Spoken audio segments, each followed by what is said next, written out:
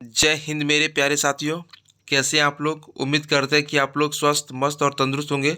तो आज हम लोग हिंदी पेपर का सेट 6 करने वाले हैं, जो कि है ऋतु कन्यादान। ठीक है, जिसके लेखक हैं ऋतुराज। ये एक छोटी सी कविता है सर, इसमें ज़्यादा क्वेश्चन तो नहीं है, लेकिन फिर भी देख लेते हैं कि क्या है। पहला क्वेश्चन है, ऋतुराज का जन्म ऋतुराज का जन्म कब हुआ था? तो ऋतुराज का जन्म कब हुआ था सर? 1940 में हुआ था। कहाँ हुआ था सर? तो राजस्थान के भरतपुर में हुआ था। ठीक है, कहाँ हुआ था? राजस्थान के भरतपुर में हुआ था। देखिए अगला क्वेश्चन क्या है, ऋतुराज का जन्म कहाँ हुआ था सर? तो भरतपुर में। कहाँ हुआ था? भरतपुर में हुआ था। अगला क्वेश्चन है, ऋतुराज भरतपुर जो है, भरतपुर कहाँ स्थित है? तो भरतपुर कहाँ स्थित है? राजस्थान में स्थित है। कहाँ स्थित है? राजस्थान में स्थित है। ठीक है, अगला क्वेश्चन है, वर्तमान समय में ऋतुराज के कितने कविता संग्रह प्रकाशित हो चुके हैं सर? तो आपका आंसर होगा 8। कितने? 8 कविता उन्होंने क्या कर चुके हैं सर? संग्रहित कर चुके हैं। ठीक है, अगला क्वेश्चन है ऋतु सेवानिवृत्त के पश्चात ऋतुराज वर्तमान में कहाँ रहते हैं? तो सेवानिवृत्त जब हो गया सर, तो ऋतुराज अभी वर्तमान में कहाँ रहते हैं सर? तो जयपुर में रहते हैं। कहाँ रहते हैं? जयपुर में रहते हैं। ठीक है, अगला क्वेश्चन देखिए क्या है, ऋतुराज को कौन कौन से कौन कौन से पुरस्कार मिल चुके हैं? तो ऋतुराज को कौन कौन से पुरस्कार मिल चुके हैं सर? सोमदत्त, दूसरा है परिमल सम्मान, तीसरा है मीरा पुरस्कार, चौथा है सभी। तो आपका आंसर होगा सर सभी।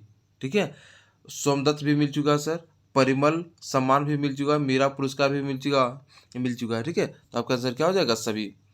अगला क्वेश्चन है, ऋतुराज ने किस विषय में एमए किया था सर? तो ऋतुराज ने किस विषय में एमए किया था सर? तो आपका आंसर होगा अंग्रेजी में।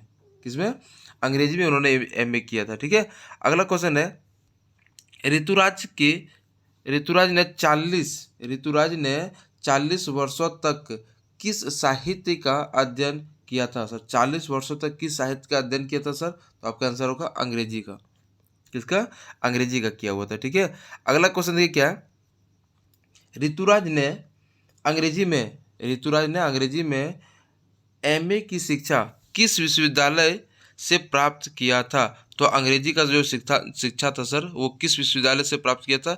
तो आपका आंसर होगा सर राजस्थान विश्वविद्यालय जयपुर से। कहाँ से सर? राजस्थान विश्वविद्यालय जयपुर से उन्होंने अपनी एमए की शिक्षा ग्रहण की थी। ठीक है, अगला क्वेश्चन है, ऋतुराज की रचनात्मक भाषा कौन सी है? तो ऋतुराज की रचनात्मक भाषा कौन सी है सर? तो लोक जीवन से जुड़ी हुई है। कैसी भाषा है? लोक जीवन से जुड़ी हुई भाषा है। अगला क्वेश्चन है, कन्यादान कविता में कवि का क्या नाम है? तो कन्यादान की जो कविता है सर, उसके कवि का क्या नाम है? तो क्या नाम है? ऋतुराज। क्या नाम है? ऋतुराज नाम है। ठीक है, अगला क्वेश्चन देखिए क्या है, अगला क्वेश्चन है, कन्यादान कविता में लड़की को किसकी पाठिका कहा गया सर? लड़की को किसकी पाठिका कहा गया? तो आपका आंसर होगा धुंधले प्रकाश की। किसकी पाठिका कहा गया है? धुंधले प्रकाश की। ठीक है, अगला क्वेश्चन देखिए क्या है, माँ ने बेटी को किसमें चेहरे को देखकर न रिझने का आदेश दिया? तो कहने का मतलब सर, माँ ने बेटी को किसमें चेहरे को देखकर न रिझने का आदेश दिया था सर? तो आपका आंसर होगा सर पानी में। किसमें?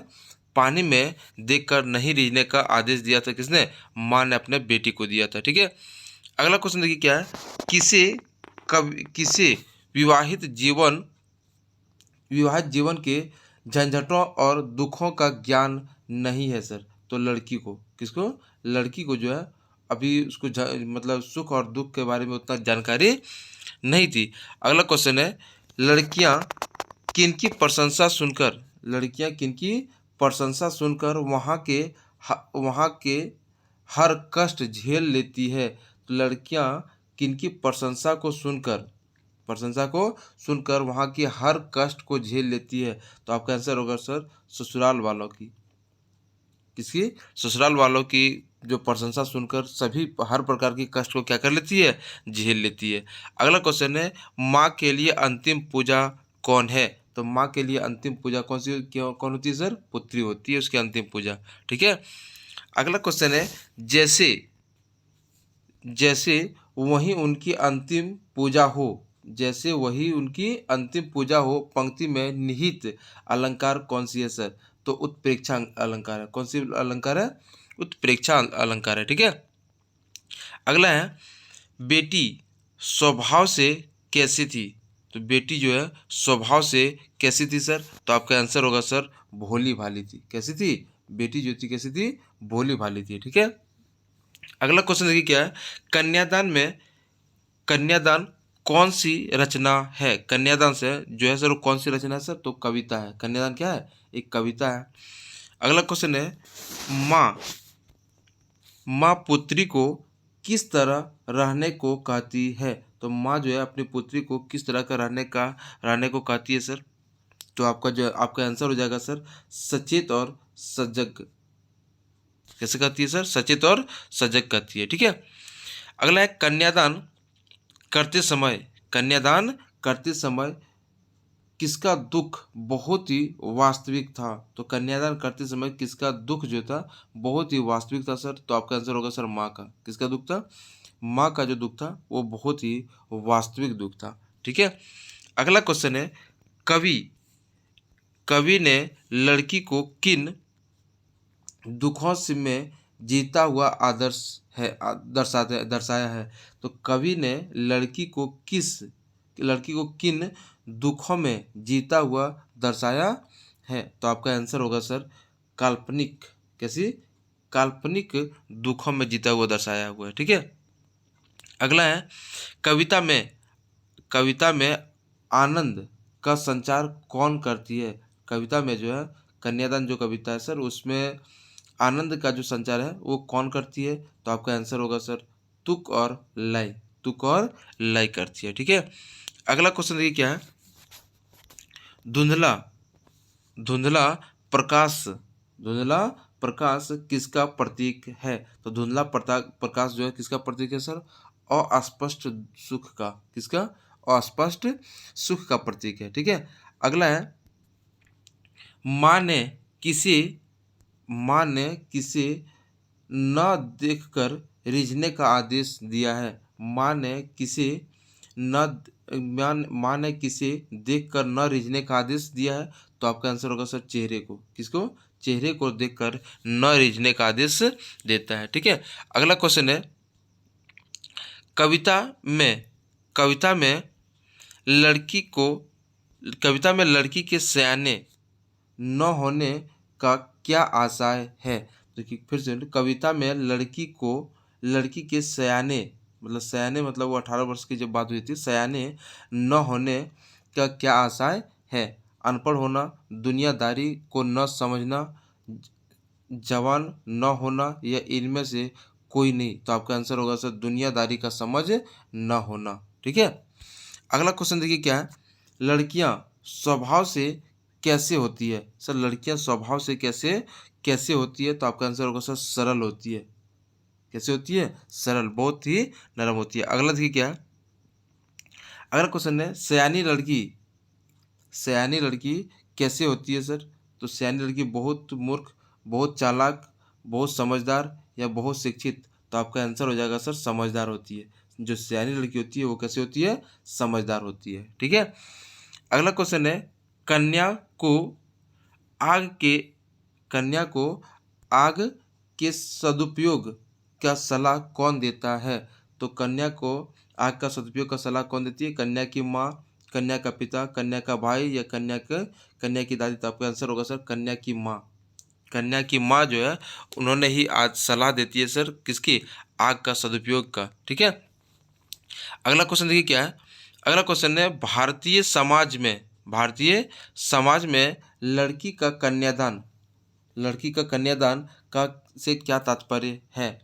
तो भारतीय समाज में जो सर लड़की का कन्यादान जो होता है उसका क्या तात्पर्य है? लड़की का त्याग, लड़की की विवाह, लड़की का जन्म, या उपयुक्त सभी? तो आपका आंसर होगा सर लड़की का विवाह। क्या? लड़की का विवाह होगा। ठीक है।